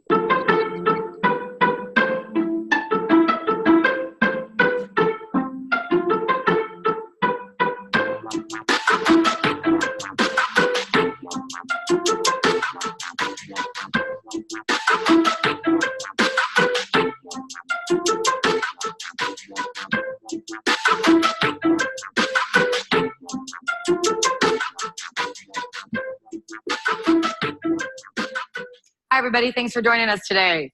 How you doing? Hi, good. Thanks. My name is Lisa Murphy, and today we are going to be doing a workshop called Many Kinds of Smart, which is the Lisa Murphy Ooey Gooey spin on the material that was created by Dr. Howard Gardner. Quick show of hands, who is familiar with Dr. Gardner out of Harvard University, Multiple Intelligences Theory, officially 8 ways of being intelligent. One not yet officially added, but we will be talking about it a little bit today. And the idea here, Howard Gardner, back in the 1970s, he took the idea of being intelligent and he pluraled it. So in case you don't have any knowledge here of him, that's in a nutshell, oversimplifying what he did. He took the idea of being smart and essentially said, you know what, it seems very limiting to only be intelligent if you have a high IQ. You know what I'm talking about? And everybody in here has probably their own story from their own experience in school that would reaffirm that or to reinforce that. I know I can speak from my own experience. I can't spell at all. Anybody else have a hard time spelling? And then they say, go get a dictionary. Like, that's going to help me. You know what I'm saying? Yeah, thank you very much. I don't know how to spell it. But, right? I mean, give me a phonetic dictionary. I would have made a fortune if I had made a phonetic dictionary, right? So we can be very good at some things, but not necessarily as good at other things. I know people who are brilliant musicians. They can play any instrument by ear. They can pick it up, never ever done it before, but they can't balance their checkbook. You know what I'm saying? I mean, I realize I'm oversimplifying, but that's what I'm talking about. You know, I write the way that I speak. So when I wrote my second book, it was one big, long, run-on sentence. Yeah, I didn't use any punctuation. It was 280 pages of one sentence. And I gave it to the editor who said, you know, there's this stuff called punctuation. And some people find it very useful to encourage a pause or a stop at some point.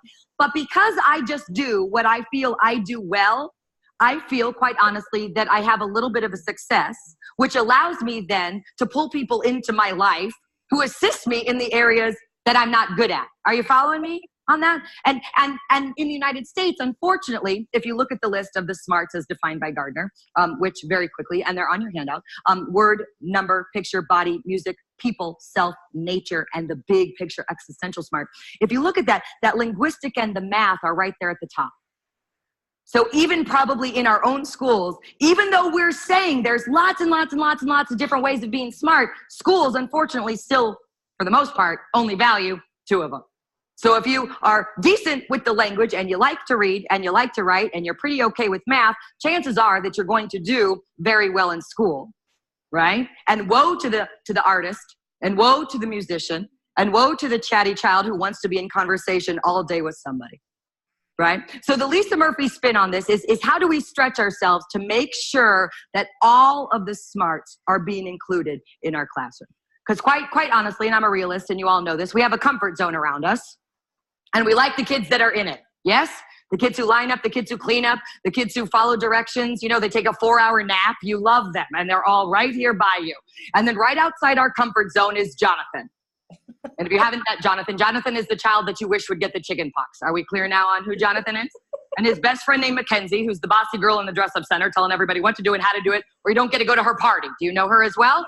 And they have another dear friend that's the third in the trio. Her name is Kayla, and she is the one that never shuts up. She's on another day when my mama said, da, da, da. And these children can often be challenging to us. Yes? Yes? Challenging. These are the kids who walk in on that first day and you're like, oh, well, I'm not feeling the love with this one right away. You know, and you're asking them, are you in the right room, baby? Because I'm not sure. I'm not feeling it right away. And the back of the hairs are all sticking up. And right away, we might not feel that connection with that child. And the stretch here is that I'm saying if you're going to be committed to this profession for the rest of your life, you need to be the teacher who is willing to stretch yourself to make sure that all the kids in your space are feeling reflected. Not just the kids that are easy, not just the kids that we like. Are we willing to go above and beyond?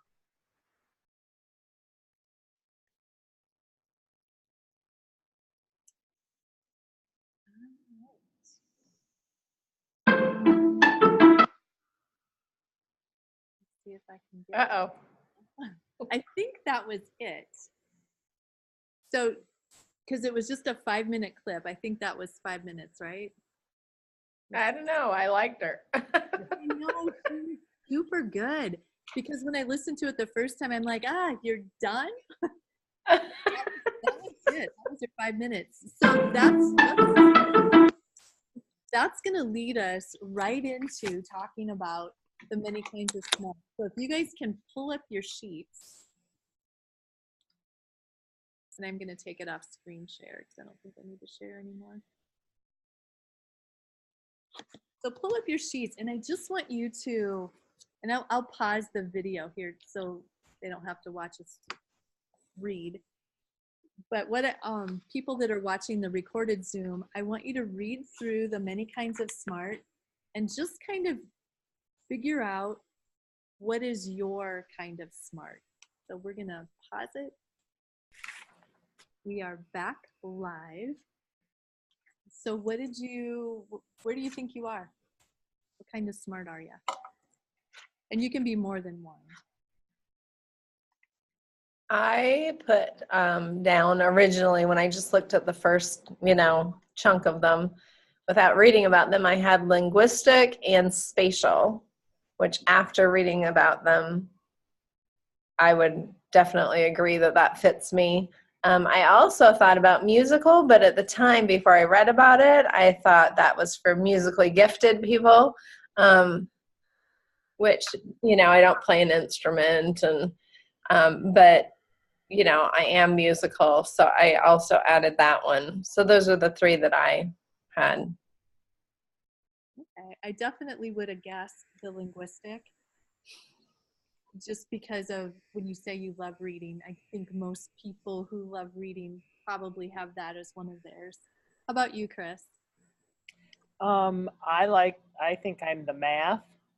The music, just because I used to play a musical instrument in high school, but I'm not a singer or anything like that, but I love music going in the background anytime I'm doing anything.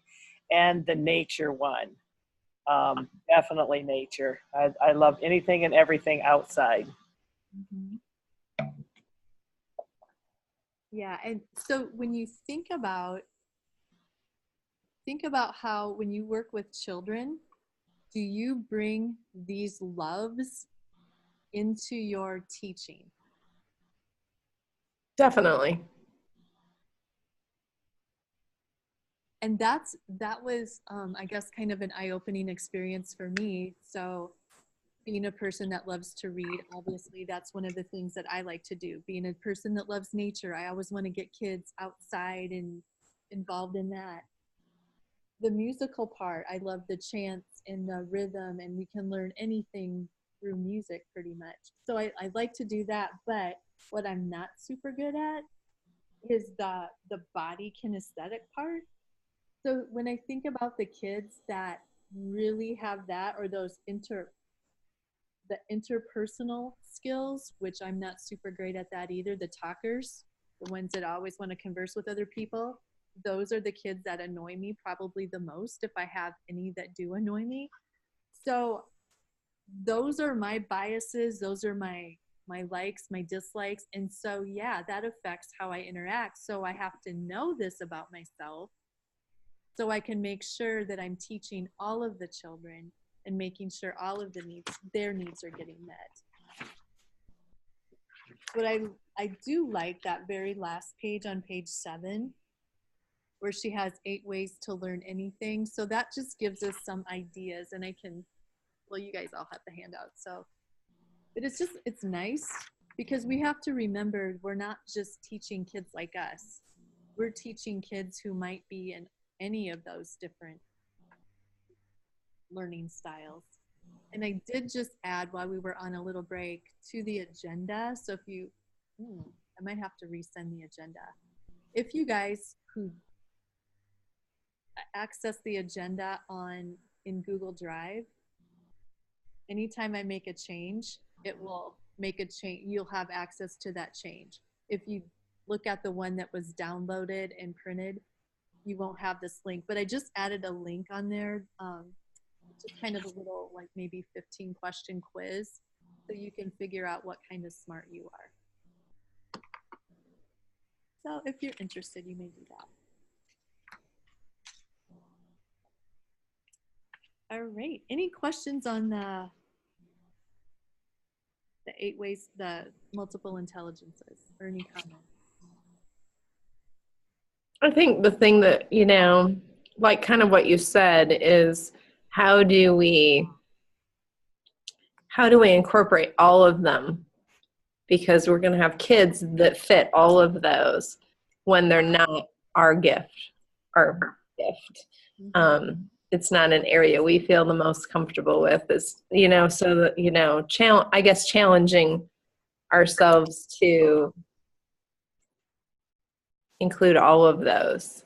Right. So when you're developing your lesson plans, sometimes we do have to be real creative and think outside the box. Okay, how am I going to get those bodily kinesthetic kids to do this activity to where it's meaningful and engaging for them? Because if they sit and listen to me, yep, tune out. But if they were able to do it and move through it, or sing it for those musical kids, or draw it, I mean, think about how can I incorporate it so all of my kids are engaged. Right. And that kind of brings us back to also what both Dr. Beecher and Ron Roybal said. We have to make sure our kids are engaged. So knowing how they learn can help us better figure out how we can engage them.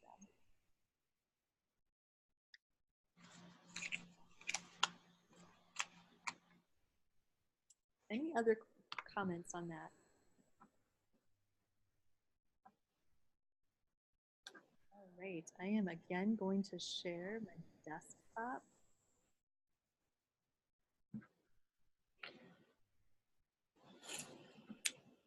And we're gonna just look at some of these links.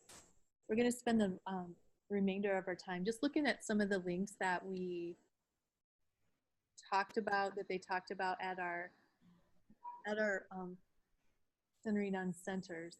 And then also some of the links that other people had mentioned. The only one I don't have is that Head Start link. So that if anybody has that, send it to me, and then I can hopefully send it out to you guys who are either watching and participating. So the first one, I think this was a Dr. Beecher one. It's called Vroom.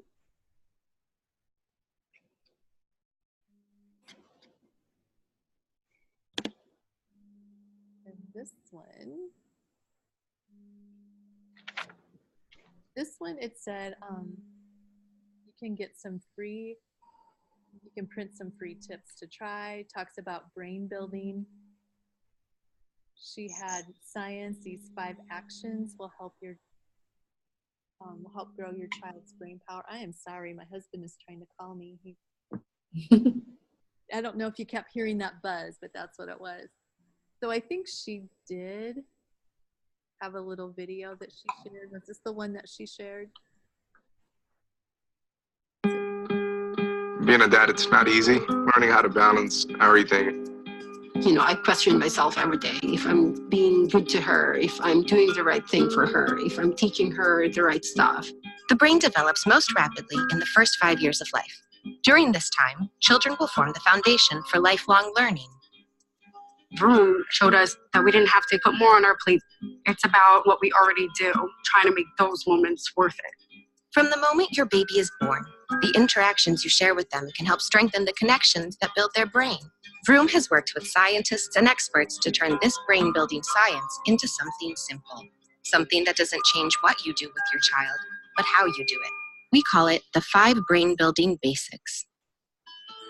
Look, even before babies can talk, they're showing you what they're interested in. Look into their eyes or at what catches their eye and begin brain building. Follow. Powerful brain-building moments are created when you let children lead the way, and you follow by responding to their words, sounds, actions, and ideas. Chat. It may not seem like it, but the sounds and gestures young children make are their way of communicating with you. So talk out loud together, even if they can't talk yet, and keep chatting as your children grow, engaging them and learning about the world around them. Take turns. Back and forth interactions between you and your children are one of the most important ways to help their brains develop. So be sure to take turns while you're talking, playing, or exploring with your children.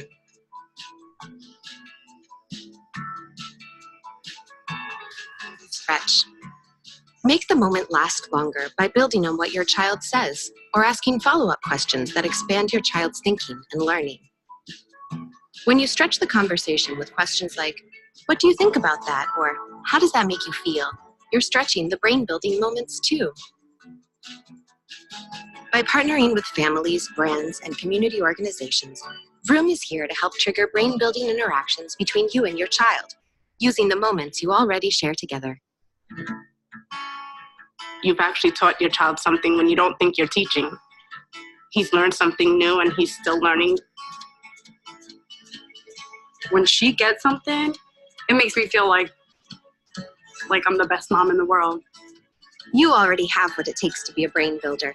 After all, when you look down at them, there's a reason they're already looking up to you.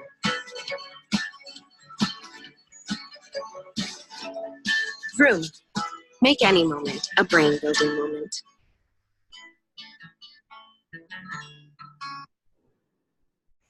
So it looks like Vroom is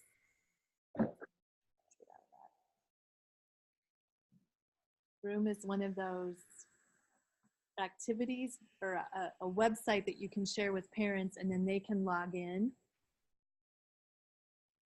and it has more activities that they can do. So that is a really good website, and I was glad that Dr. Beecher shared that. Have you guys been onto the Challenging Behavior website? No. No? This is one that you definitely, it's a good one for you. This is, I think I have this listed as, yeah, this is one of the things that I'm going to want you to do for homework is to go to that Challenging Behavior website, and then you'll have to go to all these different things. But what we're going to look at right now, wherever, too many things open, don't I? Oh, it's right there. Okay, so what we're going to do right now is we're going to go over to the resource library. This is what I think is really helpful. So in the resource library, what you guys can do, whatever category you're looking for, I mean, they have lots and lots of resources, but if you're wanting the audience to be, let's just say teachers. So then it has all of these different, let's see, I want education tools. I think that's what I want. Or let's just say you wanted a scripted story. Let's do that. So then you can, it says, you know, those scripted stories, I can be a super friend, I can stay safe, I can use my words, I go to preschool. So these things are already there for you, and all you have to do is print them out. If you're looking at other materials, this is one when we were looking at Centers Choice Board. So if you're wanting your, what centers are available, you can click on that. And then it'll give you a PowerPoint with all the different centers. So if you wanted center signs, I guess, and didn't want to have to look for them and print them. So like, here's a bunch of different signs for your centers. That's cool. For you. Yeah, it's really, really handy. This is 61 entries. So you can just go through here and look at. Was that from Ron? This was one, yes. This was one that Ron said. So you're looking for. So is this the one that he uses a lot? Yes. This is, okay, so this website, that NCPMI, remember he talked about the challenging behavior the CEPHL website, and then he talked about the TAXI website, and there was another one. Well, those three have merged into this one. Oh, okay. The CEPHL website, which he still uses a lot, and that hasn't been shut down yet.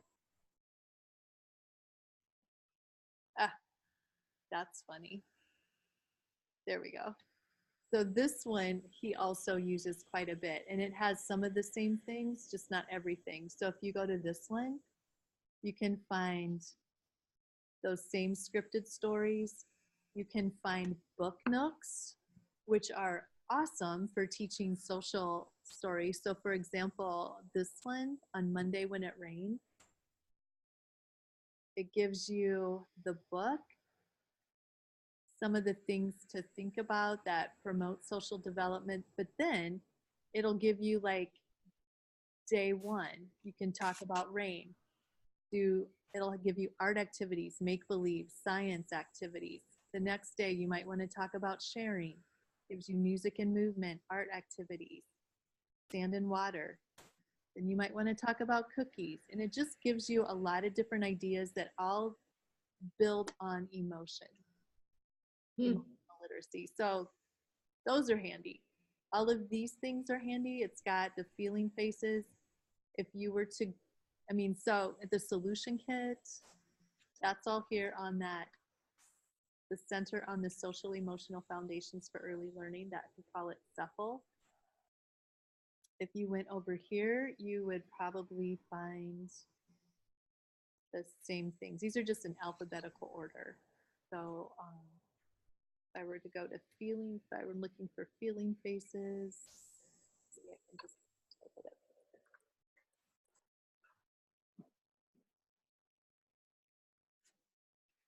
Oh, no, that gets me somewhere else. So just have to figure out where F would be. There we go. So they also have the same things. Just a great site to explore. Yeah, that's neat. Mm-hmm. Okay, so that's that one. Oh, okay. So C was that CEFL website that we just looked at. This one is kind of nice too, Lesson Picks. This one does have a fee. It's a $36 a year fee. You can go in and play around and make things. I think I'm still, still have a. So what you can do if you were to, let's just say, I want to build a schedule. So what I usually do, let's just say circle time. It has pictures. So I want to add that one, and it puts it over here in my tray. And after circle time, just give me some ideas. What comes after circle time? Small group. So then I would go to small group. Let's use this one. What comes next? Bathroom.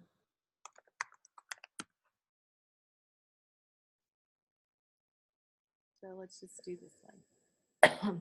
Okay, and pretend I've got my whole day. So I'm gonna create materials, and I would like to make a picture schedule. Wow, that's cool. Isn't that nice? Mm-hmm.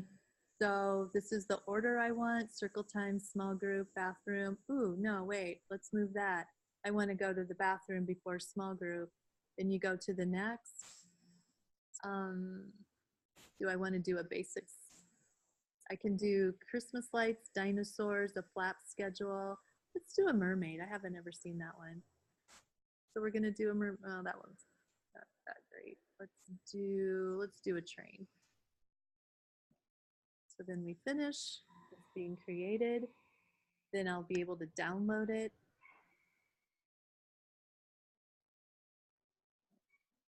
And there's my schedule. So then with the train up there, would they put something, I mean, is that 3 cars because they'd put something on their cars when they finished, or? You could do it like that. If I wanted to do it differently, let's say, okay, let's go back. I don't like the train schedule. Let's just do a regular basic strip.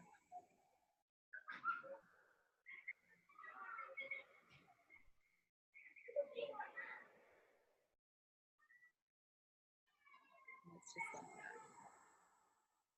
So then you can cut them apart. You can do it however you want, but it's just a nice, fast way. I love, and it doesn't just have to be schedules. You can make books. I've made, they already have things that are made, bathroom rules. They have people that have shared things. It's just, you can do so much with this. I really, really like lesson picks. If your school is, well, you know, it's a discussion you have to have. Either do it on your own, or if your school would purchase the $36 annual. Then there is this ISU extension one. This one I really like.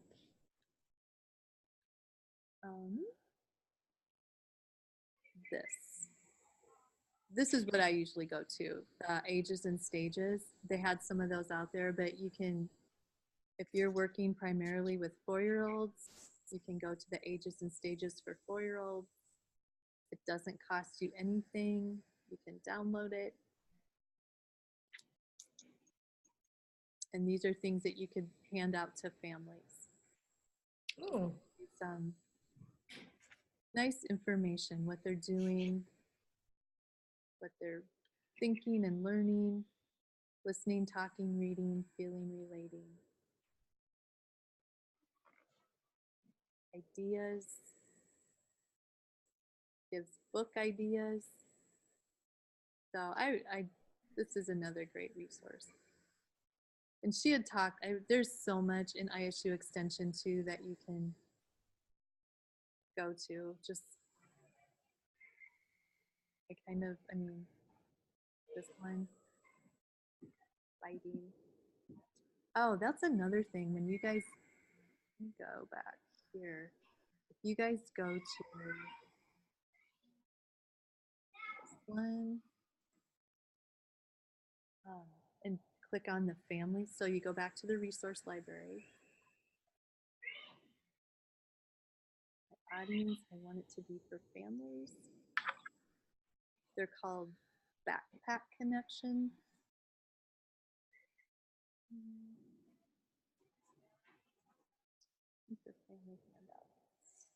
Yeah, all these resources, these are amazing.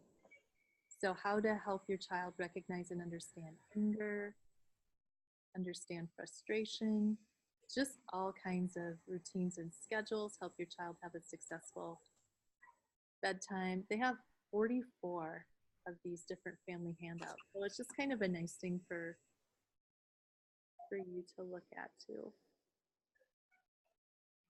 Looks good. Yeah. And that's all I have. Do you guys have any questions or additional comments? I just want to thank you guys. It was a very, very interesting Centering on Centers workshop this year. It was very good. Well, I agree. I was pretty excited. So make sure you fill out, if you haven't already received it, hopefully you've received your survey. Yes. So go ahead and fill those out. It helps us know how to plan for the next few years. People that are watching the recorded Zoom, you get to watch us talk and then share your comments and get those to me. So if you have any questions, anybody can email me. All right. All right. Thanks, guys. Have a great weekend. Thanks, Brenda. You too.